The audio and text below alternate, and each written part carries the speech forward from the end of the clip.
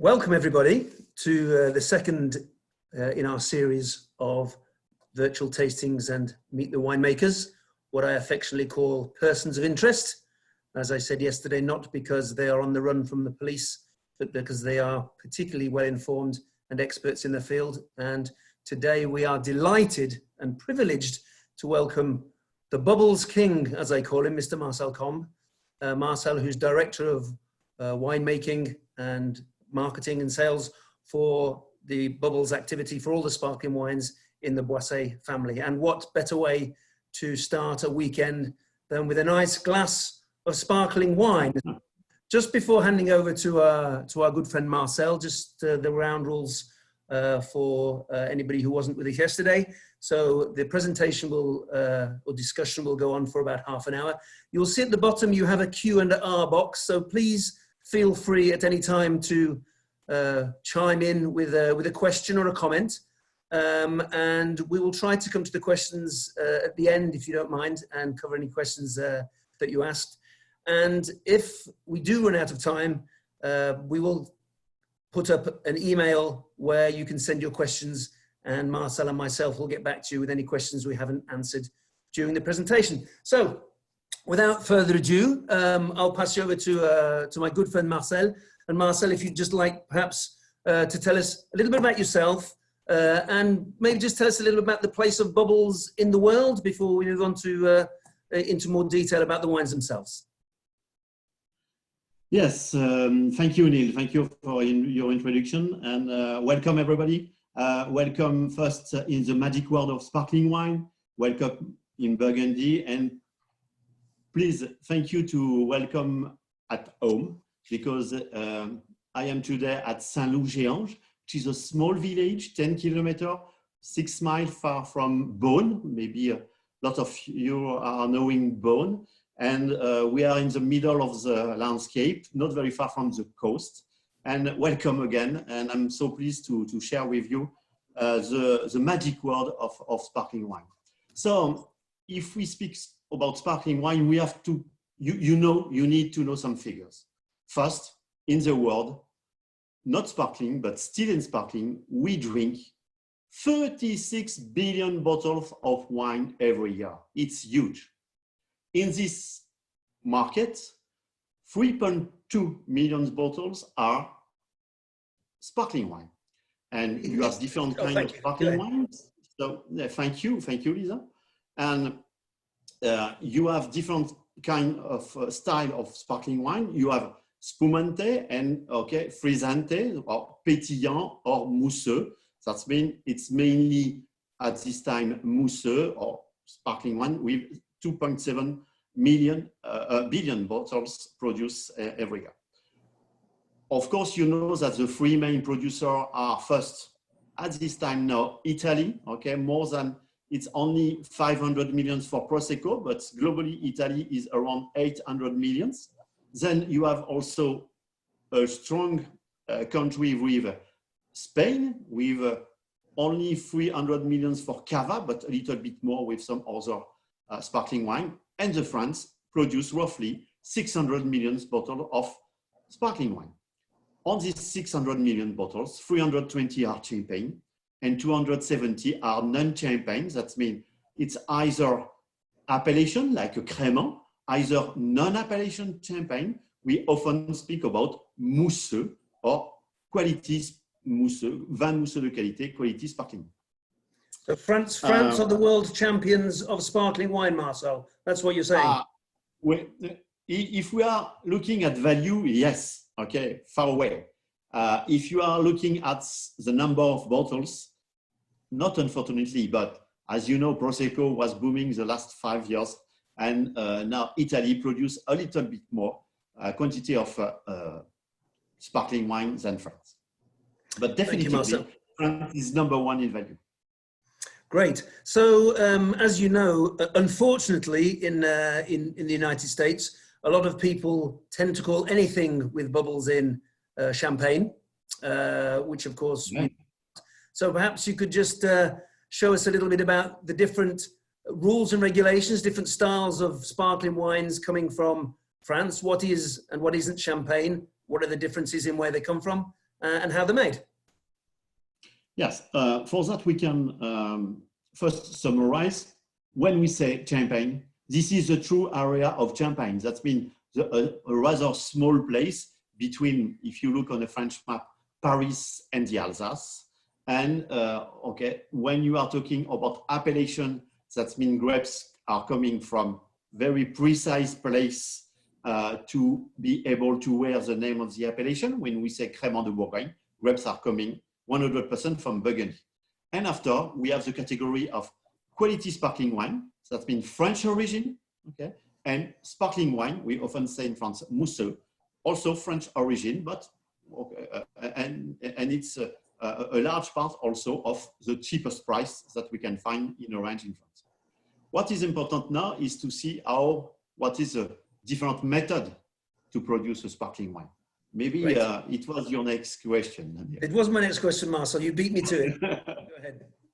Okay, look on this on this slide, and you can see that, in fact, we have 3 columns. And on the left, you can see how we produce first the still wine. Okay, when we produce a still wine or for a sparkling wine, it could be either red grapes, either white grapes. Okay, we press these grapes. We do like a classic wine. We make a alcoholic fermentation in vat, generally at low temperature. When I say low temperature, it's around 60, 63 Fahrenheit degrees. Okay, and we finish this still wine with a rather low level percent of alcohol, around 10%, 10.5%, because we need to have a second fermentation behind. And this second fermentation will bring 1.2, 1.5% alcohol more. So we have to anticipate and to finish at around 12. If we finish at 13 or 14, it will be an unbalanced sparkling wine. So it's very, very precise process when we do first the still wine. Great. But it's really, sorry, Marcel, it really is important to note that a sparkling wine is first a great wine before it becomes a great sparkling wine. Yes, yes, completely. And I will explain you during the talk when we were speaking about Crémant, okay, what are something more precise for still wine, because it's so important. You cannot make a great sparkling wine if you have not an exceptional still wine. Very well balanced, a nice fruity, delicate. It's just a question of how light, how delicate, how pleasant is the flavor. If you have a still wine very powerful, strong, with a lot of aromas, it should be a trouble for your sparkling wine at the end of the process.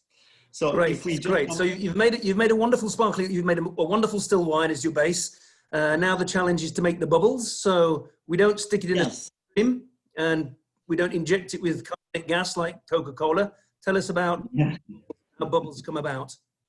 Yeah, you're right, Neil, because in fact, to make a sparkling wine in the world, in fact, there is 9 different methods. But forget, 7, because the 2 best are, we say, the traditional method. Before, the name was the champagne method, but we are now not authorized to use this name if it's not a champagne. And there is the vat method, or we often talk about Charmat method. Why? Because the inventor is Mr. Eugène Charmat from Marcel, south part of France. And sometimes you can see also on some Italian sparkling wine, the name Martinetti method. Martinetti method invent also the vat method. So there were two guys in Europe at the same moment, beginning of the 19th, to invent the Charmat method. So let's look at what's happened and what are the main differences. First, you can see that we take in the 2 cases the still wine. And for traditional method, we put the wine in a bottles with yeast and sugar. And yeast and sugar, begin a fermentation during roughly 3-4 weeks, sorry. And after, we age a long time, bottles in an horizontal position. And the name is aging on lat. Why lat? Because before, we had a little stick of wood to stabilize the pile of bottles. We are not talking about aging process.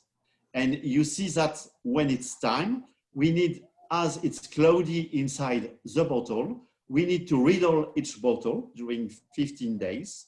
The deposit is coming in the neck of the bottle. We froze the neck of the bottle. We reopen the bottle.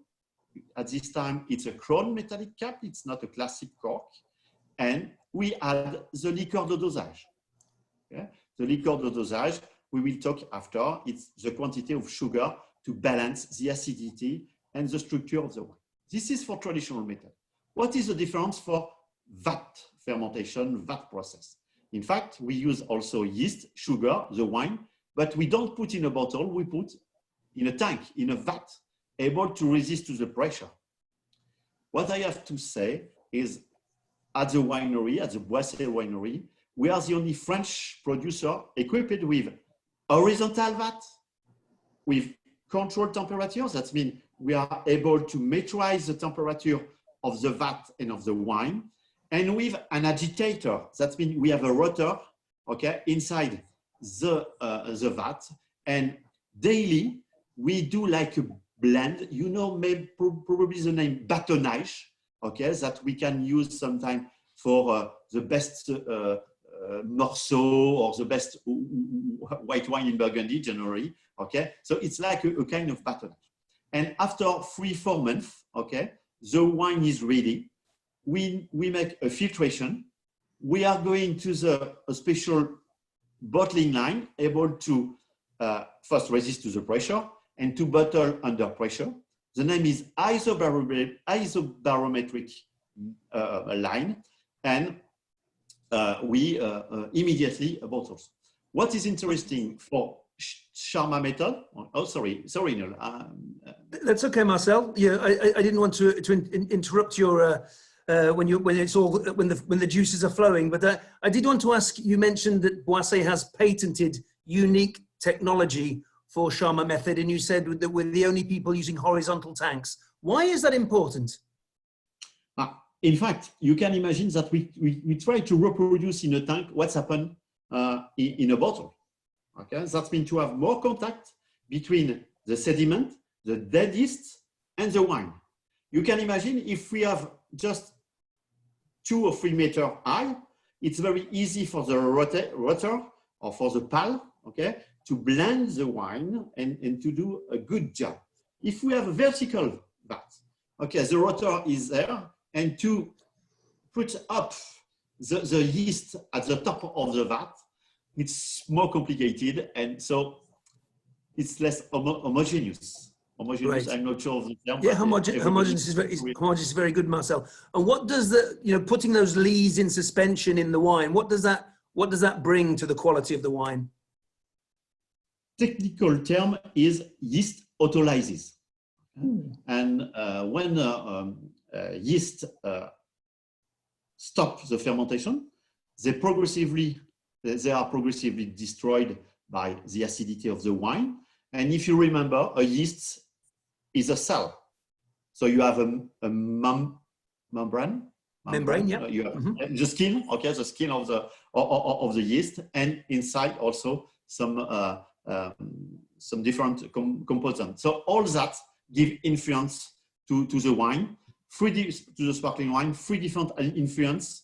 First on the flavor, then on the quality of bubbles, and on the unctuosity of your sparkling wine. It's why it's important to age a long time on yeast, on dead lees. Great, thanks. Okay, very good. So we can come back to the production methods a little bit when we taste the wines individually. You can talk a little bit about the Charmat and the traditional method when we look at the wines. Could you quickly just take us through, I can see you've got 3 glasses lined up next to you. And I'm very curious about what they are and what they're for. And can you take us through a little bit about how sparkling wines differ from still wines and how they're served, how they're drunk? Yeah. Yes, I think when you test a sparkling wine, you have different occasion, you have different style of sparkling wine, so you can have different style of glass. By example, for a classic party, the flute is going very well. Okay, it's easy, it's elegant, and often a flute is not very big, so it's perfect for a party.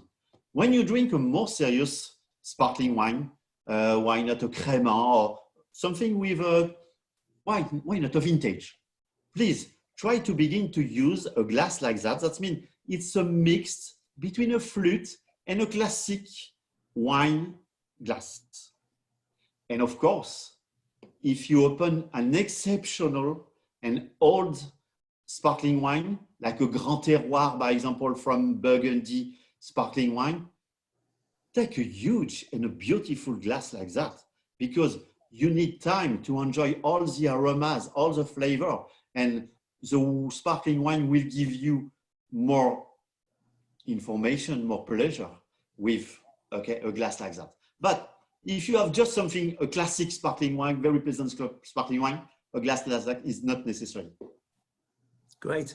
Oh, I open Go ahead. I forget to talk about the new fashion of the coupe. The coupe. Ah, okay. Yes. Okay. I think it's a good idea because it's friendly. It's it's a very nice glass, the coupe. But unfortunately, to test seriously, that means to really find all the flavor and the aroma, it's not very well adapted. So why not, for a party, like a classic flute, why not take a coupe? Okay, it's elegant. But if you want to make a serious tasting, keep and stay on a glass like that. Very fashionable in the roaring 20s, the 1920s. Yeah. There we go. So anybody who wants to practice their Charleston while having a glass of bubbles, then take a coupe. What about opening the bottle? There's a ritual and there's some basic rules about how you should not open a bottle of wine. Marcel, perhaps you would like to. Yes, for me it's a very important moment, because sometimes, and unfortunately, I can saw people who are not very careful and it could be dangerous. So please, when you open a bottle of sparkling wine, and today I have choose, the Cuvée Jean-Louis Charles de Fer. First, avoid to point, the cork and the pressure, you are, 8,000 kilometers far, so you're safe. But please, never do that. After, when you open, delicately, please, and it's a bottle under pressure. So when I say delicately, it's important. Don't shake the bottles, because you will have a lot of overflowing wine. When you open the wire cap, keep it with your tongue here, and also a very practical information. You have always 6 half tours for the wire cap. 1, 2, 3, 4, 5, 6. That's it. The wire cap is open. And please never do that. That means never put away the wire cap. It's at this moment that it's very dangerous, because the cork can escape and fight somebody, eyes or somebody else. Then after, when you open your bottles, please don't turn the cork, because it's small. You are not strong. You are stronger with this diameter. That means the bottom of the bottle. And you turn here, just here, one side. You don't turn the cork. And you have 2 different options. If you are a sommelier, if you are in a great restaurant, you never do the pop. You have just a little to be and to respect and to be very discreet. That's Personally, that's supposed to sound like a nun farting in church, Marcel. yes, Neil. And but personally, I prefer the pop because I think this is just a beautiful noise. Everybody is hearing it, and this is also the beginning of the party. So the right moment is arriving. Okay, let's dive into the tasting then, Marcel. So I can see you've got 5 bottles lined up behind you for the tasting this evening. Yeah. And looks like we're starting off with the bottle that you just opened, which is the Charles de Fer Cuvée Jean-Louis Blanc de Blanc. So what can you tell us this? Yes, we will speak about the Cuvée Jean-Louis Blanc de Blanc in some minutes. Before, I would like to show you, Lisa, I would like to show you when you pour a sparkling wine in a glass, okay, it's always better if you do it in 2 times. First time to, I can say, decrease the temperature of the glass, okay, and second time.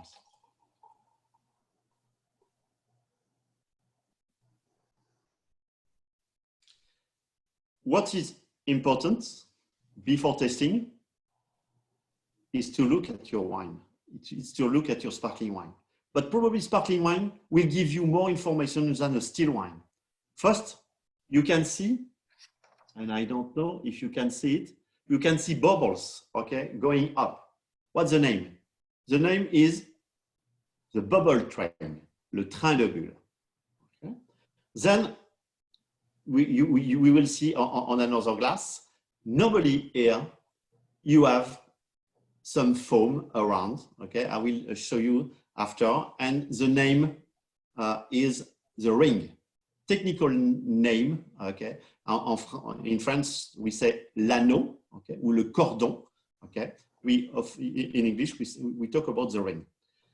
What is also important is look at how fine, how pleasant, how gentle, how sometimes speed or low or slow, okay?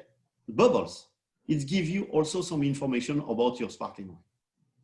What is also really, really important is the color of your sparkling wine. It must be very bright, very clean. Okay, the color must be very pure. It's important because this kind of purity of color bring unique light, a unique, I'm thinking about the name, unique, this unique color.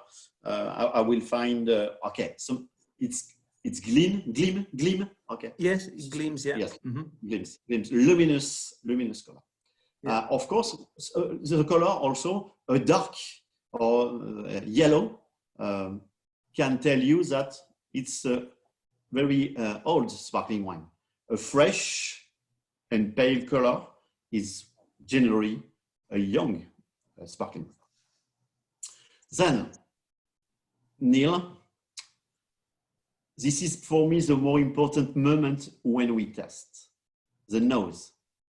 And sorry, I saw so many people turning, rotate, okay, the glass, that it's crazy. Okay, first, enjoy. Okay, very at rest. Your glass and your wine. Try to find, okay, the delicate flavor. Try to respect your wine. And after, please turn progressively, but it's not necessary to lose all the bubbles that sometimes I can saw with some sommelier, okay? Because they have, it's like, okay, I love sommelier, but it's, I forget the name in English, c'est un tic that they are used to do it.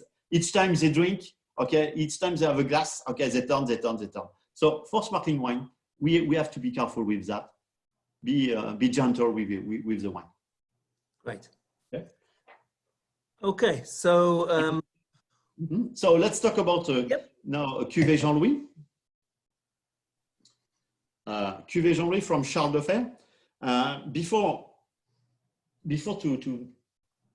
the wine, I must give you some information about Charles de Fer. Okay, Charles de Fer was a company created in 1980. Okay, in Fer-en-Tardenois by Jean-Louis Denois. Where is Fer-en-Tardenois? Fer-en-Tardenois is 20 kilometers north from Champagne, and Jean-Louis Denois was from 6th generation Champagne producer, and he tried to prove his family that he was able to produce very good sparkling wine, even if grapes are not coming from Champagne. So for him, no limit in terms of grapes, no limit in terms of techniques, no limit in terms of quality and how to in savoir-faire. Okay, really, it's like a craftsman, it's like an artisan, we say in France, to create fine bubbles. And today we continue. Okay, you can see on this board in the middle. Okay, the team with the same spirit. Okay, we are 5 winemakers, of course, full of passion, but we have the same idea for the Charles de Fer qualities. Okay, no limit in terms of technology. That means if we need to use the best method for a gamay, okay, if it's an ancestral method than a traditional method, we use ancestral method. No limit in terms of grapes. Okay, if we need to have a Chenin, if we need to have a Pinot Noir and so, we use 20 different grapes sometimes for Charles de Fer. So this is a Charmat method, Marcel. Yeah. Yes. And so first of all, can you explain a little bit? As you can see, we've just put the growing regions of France, and both the John Louis and the Charles de Fer that we'll be tasting later are non-regional and non-varietal specific. So perhaps you could just explain a little bit where the grapes come from and what grapes are majoritarily used in the wine. The blend of Cuvée Jean-Louis is mainly Uni Blanc, Colombard, and Chardonnay. Where come from mainly Uni Blanc, the Charente, and the Gascogne. Okay, and in this blend you have 70–75% of Uni Blanc. Uni Blanc is for me the vertebral column of this wine. Then you have Colombard, and Colombard is often coming from Gascogne and sometimes from the Languedoc. And there is some Chardonnay. Chardonnay is coming from the Loire Valley and from the Languedoc. Can we see that, Lisa, please? There we go. So yeah. Yes. Okay. So you can see. What is interesting also in terms of grapes is the Folle Blanche when you are in the Loire Valley, and the Chenin, of course. I try personally. I'm not fan of Sauvignon for sparkling wine, so we don't use Sauvignon. But of course, we can use Cabernet, okay, and Gamay, okay, from the Loire Valley. When it's from Charente, okay, it could be Colombard, it could be Uni Blanc, perfect for sparkling wine. Gascogne, Colombard, Uni Blanc, Petit Mans-5 and Gros Mans-5 are rather fruity and can bring a touch of personality to your cuvée. But not for Cuvée Jean-Louis, and it's very rare at the winery when we use Petit Mans-5 and Gros Mans-5. Of course, the Languedoc is the right place, especially where you are not very far from Limoux, because it's at a higher situation, and we can find very good Chardonnay, good Pinot Noir in this place.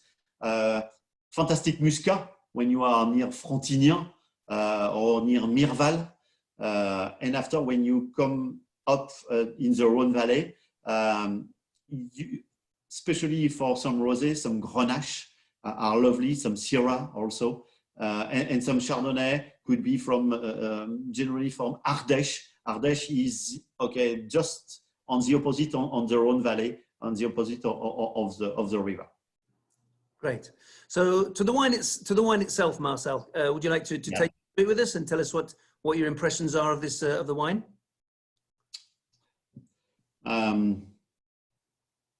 It's a vat method. So a vat method give always very fresh, fruity. Okay, it's a rather young fruity. So here, typically, the nose is the blend of white fruits like apple, pear, but also touch of apricot and peach. But the fresh flower The flower, no, not flower, flavor of peach and apricot. Very, very pleasant nose, very easy, very, okay. You like that because it's so easy to drink, it's so fresh, it's so young. This is a Brut, Marcel, so I believe there's 10 grams of sugar in this wine. Perhaps you'd like to tell everybody in a few words about the dosage and the sweetness in yes. This one is 8 grams, okay? It's a Brut. Maybe Lisa, you can show us the scale of dosage. Okay, here it is. You can see that we have different level of sugar, okay, from 0 to 50 grams per liter. So when you are from 0 to 12, you are a Brut. And inside this category, if you are from 0 to 3, it's a Brut nature. From 0 to 6, it's an extra Brut. Then from 0 to 12, a Brut. After you have extra dry, demi-sec, and doux. So all this okay, level of sugar, okay, of course, influence the wine, and it's obliged to write the rules, the legislation obliged to write the name Brut on the wine. Maybe we can probably continue with another VAT wines. Yes, exactly. Just as we go along, Marcel, if you don't mind, for our viewers out there, just a quick word on the pricing for these wines very quickly. So, Cuvée Jean-Louis, terrific, great value, extremely versatile, very easy drinking, not only on its own for Sunday brunches and just very casual drinking, but also, of course, the base for any sparkling wine cocktail. It is very dry. That means you can add sweeter components to a cocktail, and it's going to match perfectly, and generally it retails for somewhere around $10, $11 depending on the market where it's being sold. So not only a terrific quality, inexpensive wine, really great value and really versatile. Tell us about John Legend, Marcel. Yes, let's speak about LVE, okay, John Legend or Legend Vineyard exclusive. Well, in fact, it's a unique blend.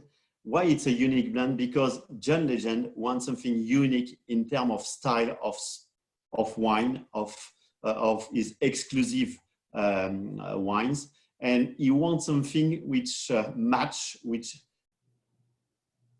music, arts, gastronomy, and of course all the passions that you can have, okay, and that you can cross between music and the wine globally. I would like to say that it's a unique blend that we have worked with Jean-Charles, because John Legend is and Jean-Charles are good friends, and they work on this unique blend. What is interesting here is that you have mainly a large part of white grapes, okay, and a touch of Pinot Noir and Gamay. So generally the rosé are with a large quantity, more quantity of red grapes. Here it's unusual, okay. You have more quantity of white grapes, okay, than red grapes. Okay? And the dosage is also well adapted. It's not sweet, okay. It's just 10 grams of sugar to have a perfect balance. And you have this unique nose of delicate red fruits, touch also of red flower, okay, like some rose, like some, yes, touch of, I forget the name of pivoine, okay, but something very, piney, aromatic. Yeah, very, very aromatic. Quick question from our friend Ken in California, Marcel. He just says Prosecco is also method Martinetti or method Charma.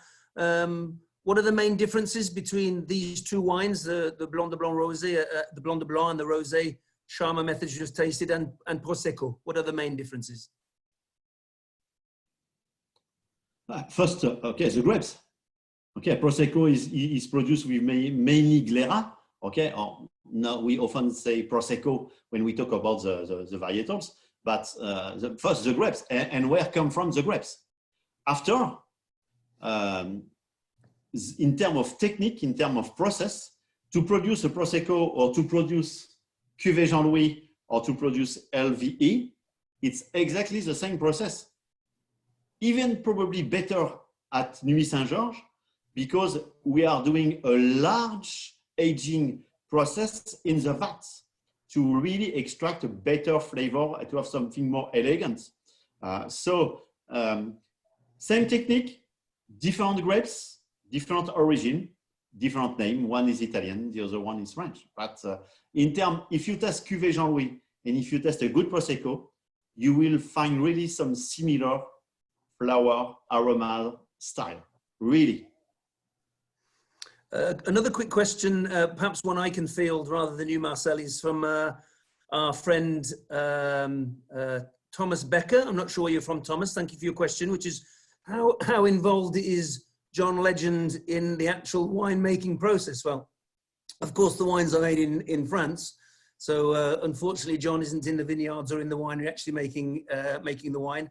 And I think it's probably far better having John Charles in charge of the winemaking and John making the music than vice versa.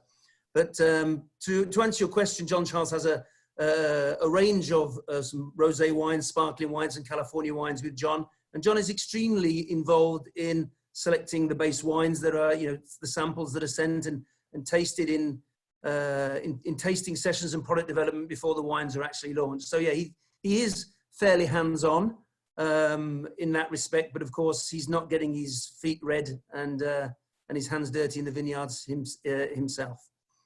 Can we move on to Charles de Fer, Marcel, please? Yes.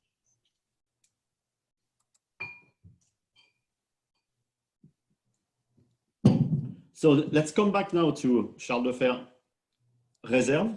Okay, it's a traditional method, and here you have 4 grapes. You have also Uni Blanc, always Colombard and Chardonnay, but we have also a touch of Chenin. So what is interesting is to compare, okay, a style of Charmat method and traditional method. And really you see that the Charmat method gives you a very fresh and young fruity. The traditional method gives you something more complex, more mature, longer, and complexity okay, for your nose. Really, really different.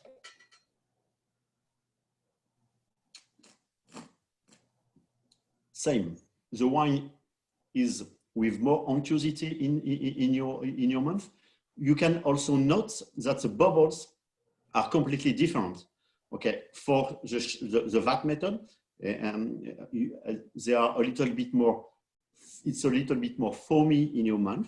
Here you have bubbles more gentle, more pleasant in your palate.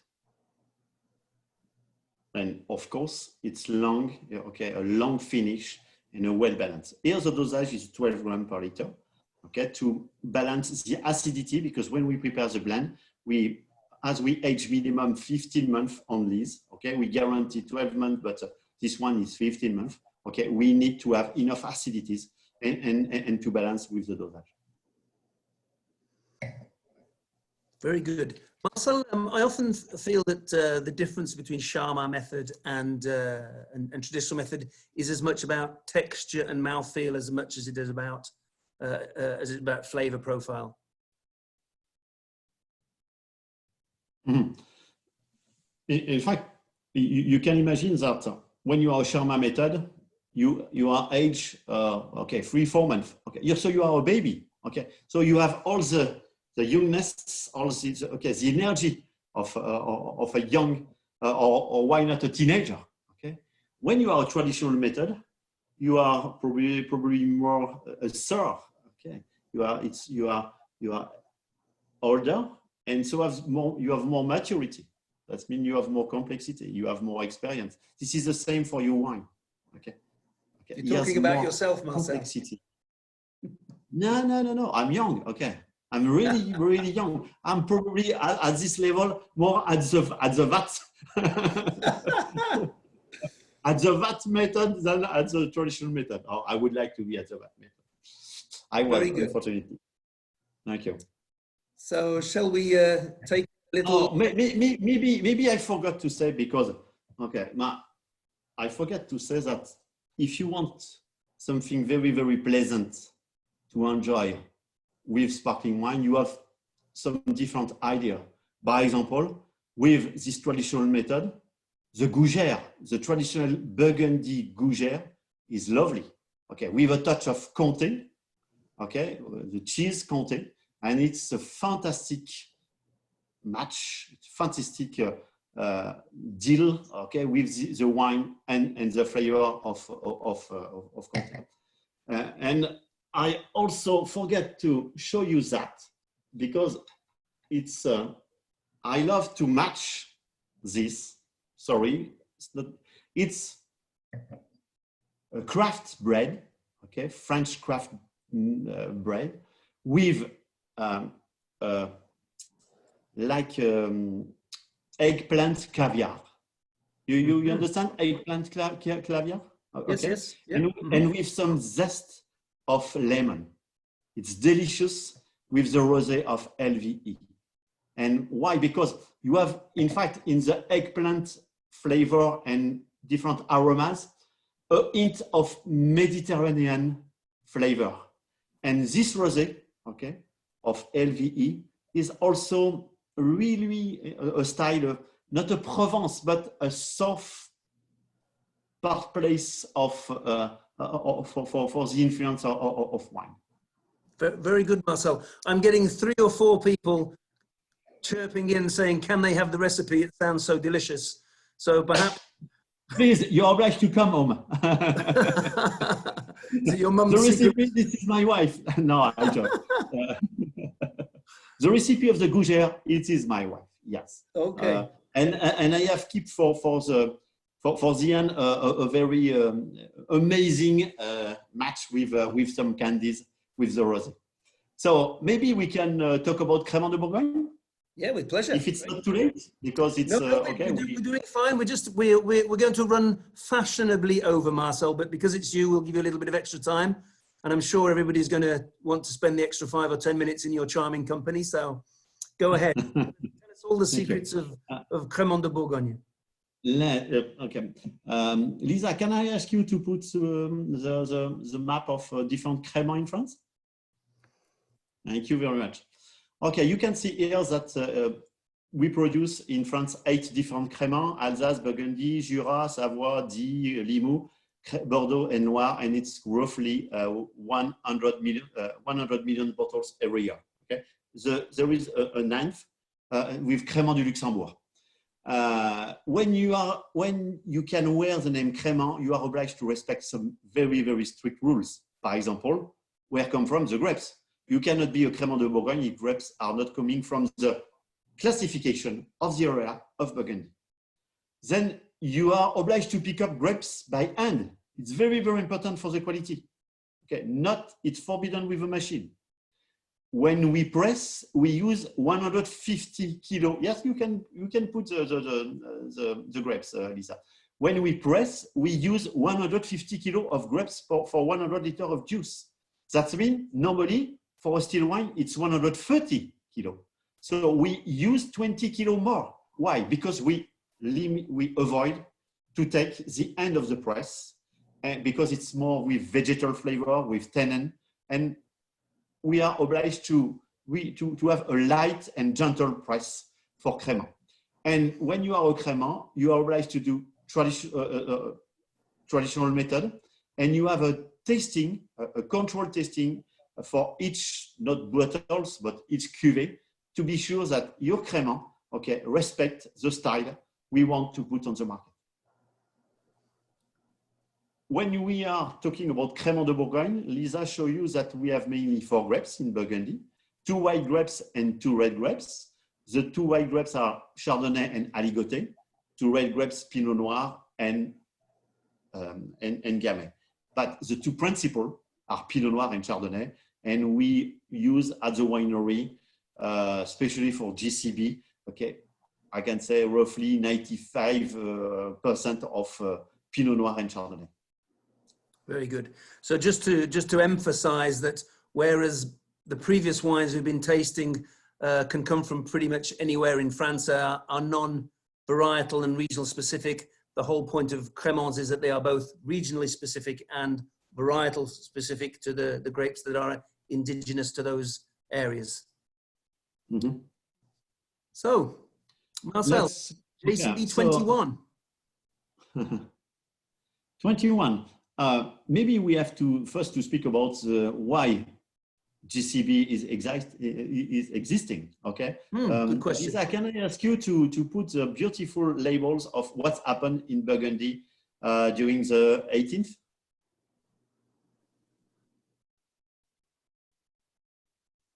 Look, at the beginning of, okay, it was 80-20, 80-25. Okay, we forget. Okay, you can see this amazing label because we were using Burgundy wine growers to produce some sparkling wine from the terroir. You see this label where it's writing Romanée Mousseux, where it's writing Red Sparkling Chambertin, Nuit Mousseux, Clos Vougeot Mousseux. So it's really amazing. Volnay, we have also some Chablis. So in fact, it was probably a part of the inspiration of Jean-Charles Boisset when he created GCB 21 and GCB 69. Maybe we can continue, Lisa? On Handsome young man. Okay, okay. Here is Jean-Charles, and of course he's fond of Burgundy, and we created with Jean-Charles two specific quality with GCB 21 and GCB 69. Of course, you know that behind each number there is a story about Jean-Charles, his family, his life. And when we say GCB 21, what does it mean? 21 means where Jean-Charles is born, the department, the French department 21. What's the name? La Côte d'Or, the Gold Coast. And it's probably one of the best places for wine and sparkling wine. It's where you find all the Premier Crus, the Grand Cru, and the famous village like we can talk about Romanée and so and so, Van Romanée and so and so. So,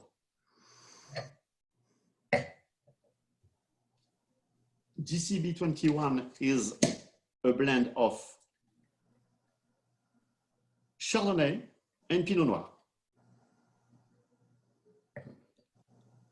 We want something unique, and now we age GCB minimum 18, 1 year and a half, okay, on lees to create this unique creaminess, unique unctuosity, and this flavor. Why it's important? Because with the time, as I explained you at the beginning, yeast gives some flavor. When it's young, it's yeasty, could be yogurt, could be a touch of cheese, could be brioche, could be bread, Greek bread, butter before, okay? And all this step, okay, of course, bring something to the wine. Compared to Charles de Fer method traditional, Marcel, in terms of the time sur latte, the aging process, differences between Charles de Fer and Jean-Charles Boisset 21 and 69? Yes, but really what is important is like the wine, where come from the grapes.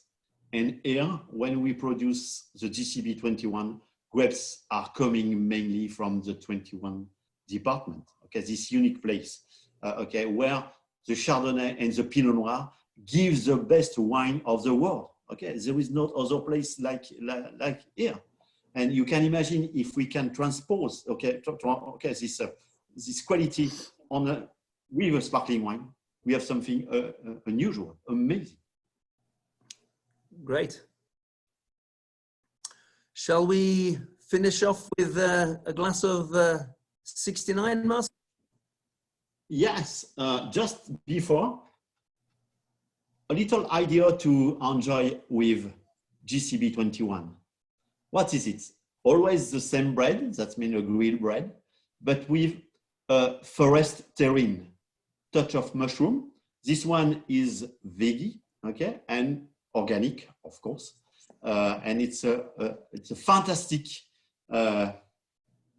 with GCB 21. Fantastic.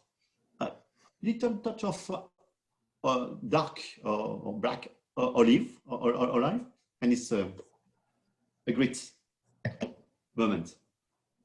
And let's finish with my favorite, because GCB 69 is maybe, Lisa, can I ask you to put the beautiful picture of the grapes, of these little grapes of Pinot Noir? Ken?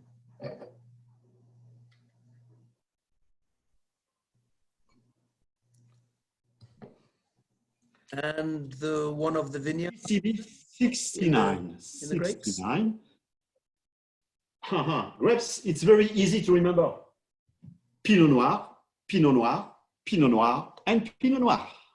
So here you have the Pinot Noir of the Côte d'Or, the purity of the Pinot Noir, the structure, the vinosity, okay, of this of these grapes. And we age this wine only, okay, 12 months on this, to have the fresh fruity of the red flavor of the Pinot Noir. And the dosage is also, it depends the cuvée, 10 or 8 grams per liter, to be very crisp, pleasant, and easy to drink. And if I have a new unusual recommendation to test with, this, you can see these little candies. What is it? Okay, in fact, I find that in a small shop in Beaune, okay, it's a craft company doing some, I can say, crystal candies with some flavor like raspberry, strawberry, cassis, and it's not very sweet, it's very light, the flavor are natural, and it's fantastic to match with this rosé. Wonderful. Why 69, Marcel? Yeah? Sorry? The name 69, Jean-Charles, JC. Ah, the name 69, Jean-Charles. What it could be, in fact, if 21 is where he is born, 69 is when he is born, 1969. And I think it's a lovely year, because if I remember, this is the year that okay, we put the first print on the moon. And okay, we discovered in 1969 a lot of things, and it was probably the opening of for the world or for the technology. Thank you, Marcel. So just to talk a little bit about the pricing on the two Cremant de Bourgogne. Yeah. Once again, you know, we don't necessarily sell Cremant de Bourgogne against champagne or as an alternative to champagne, but of course it is. And you know, in terms of price and value, they're among the greatest ones that we make in the Boisset wine portfolio, and very reasonably priced. So the JCB 21 sells for typically around $20, and the 69 sells typically for around 22. So really, compared to what you'd be paying for bottles of champagne, it's a snip, and so much more value than you would get from inexpensive champagnes. And Marcel, perhaps just to touch on that, because we had a couple of questions about what is the real difference, would you say, stylistically between a méthode trad like Charles de Fer, Cremant de Bourgogne, and champagne. I usually say that the biggest difference between GCB wines and champagne is about 150 miles and $30 a bottle, but that's probably not the right answer. How would you describe the champagne and I think probably the champagne was lucky because they began 100 years before the Burgundy. But personally, I think that Burgundy is probably in the top 3 place in the world to produce great and exceptional sparkling wine. Okay, so at this time, it's a very good bargain to buy Crémant de Bourgogne, because you have the terroir, you have this unique place in Burgundy, you have the technique to do the best sparkling wine, and you have an affordable price. So terroir, quality, and good price. Okay, never forget. Okay, and drink a lot, please. Wonderful. Well, Marcel, thank you so much for joining us and sharing a little of your such extensive knowledge to talk to us about sparkling wines today. I have to say we've had a couple of messages. Our good friend Sarah, who handles our business in Florida, has invited herself for aperitif at your house as soon as she can. Sarah. There we go. Because, thank you. You can come. Okay. Neil, send my email, no problem. We have a large room. It looks like okay. You know, we like to receive. Okay, we have the passion of what we are doing. We have the passion of wine. We have personally have the passion for sparkling wine, and we like to share. So never hesitate to come in Burgundy. Never hesitate to come in Saint-Georges. Never hesitate to solicit me or my team to welcome you, to welcome your customer if you have, to send your distributor, to send your importer. Okay, we like that. We enjoy to receive you, and please come more often. And I expect this lockdown will stop rapidly, that we can continue to enjoy together a good glass of Crémant sparkling wine, fizzy wine, okay, around the table, and a good table in Burgundy. Really.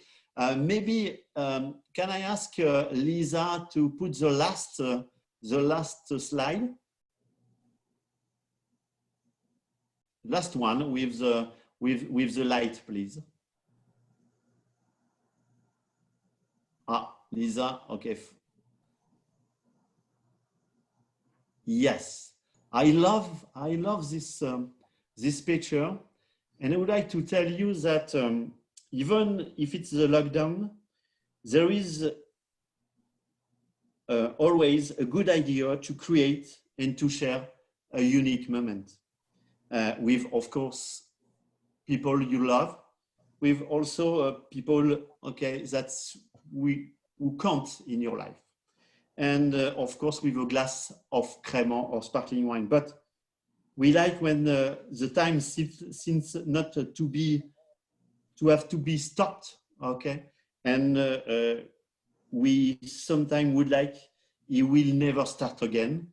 And this is what I wish for you. This is what I would like you can have in the next week of your life. Thank you for your attention, and thank you for this moment we have shared together. Thank you so much, Marcel. Thank you for the kind messages from Kim Wells, from D&E, from Jason Burkett, Sarah Brewer, Steve Walker, and everybody else who joined in today. Stay tuned, because coming up in a little under an hour, I will be scurrying quickly down to the south of France to meet winemaker Laurent Sauvage and to taste some rosé wines. And for those of you who are leaving us for the weekend, have a wonderful weekend. Thank you for joining us. Thank you for your support, for supporting our wines, for selling our wines, for buying and drinking our wines. And we will see you again very soon. Thank you. Goodbye.